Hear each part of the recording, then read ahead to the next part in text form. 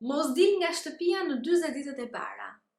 Nëse e ke dëgjuar dhe të ka rekomanduar të zbatosh këtë këshill, po të them që kjo këshill dikur tregohej për të ruajtur nënën e re, Lehon, që të mos bënte punë të rënda jashtë shtëpie, sepse ishte në një gjendje delikate. Por unë sot dua që ti të dalësh nga shtëpia, që në momentin që ti të ndihesh gati vetë në gjendje të mirë shëndetësore për të ecur dhe për ta bërë një xhiro të vogël.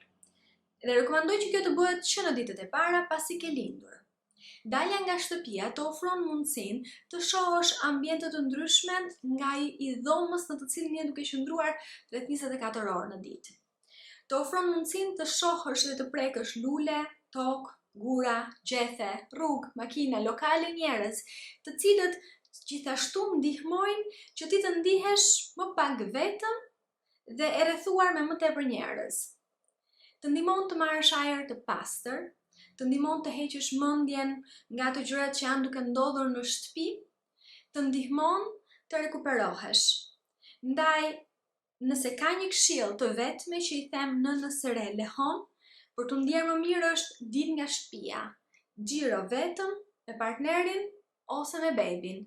Nëse dëshiron që ti t'jesh më e shëndetshme dhe një mami më e shëndetshme më e qetë, sigurisht rrit një beb të shëndetshëm dhe të qetë. Një mami që qëndron në shtëpi e ka të vështirë të rregullojë oraret e gjumit të bebit, të qëndrojë e qetë dhe të kuptojë sinjalet që bebi po jep. Ndaj, është për ty dhe jo vetëm për ty. Është për bebin tënd, është për ju të dy, është për gjithë familjen tënde. Ti je shumë e rëndësishme.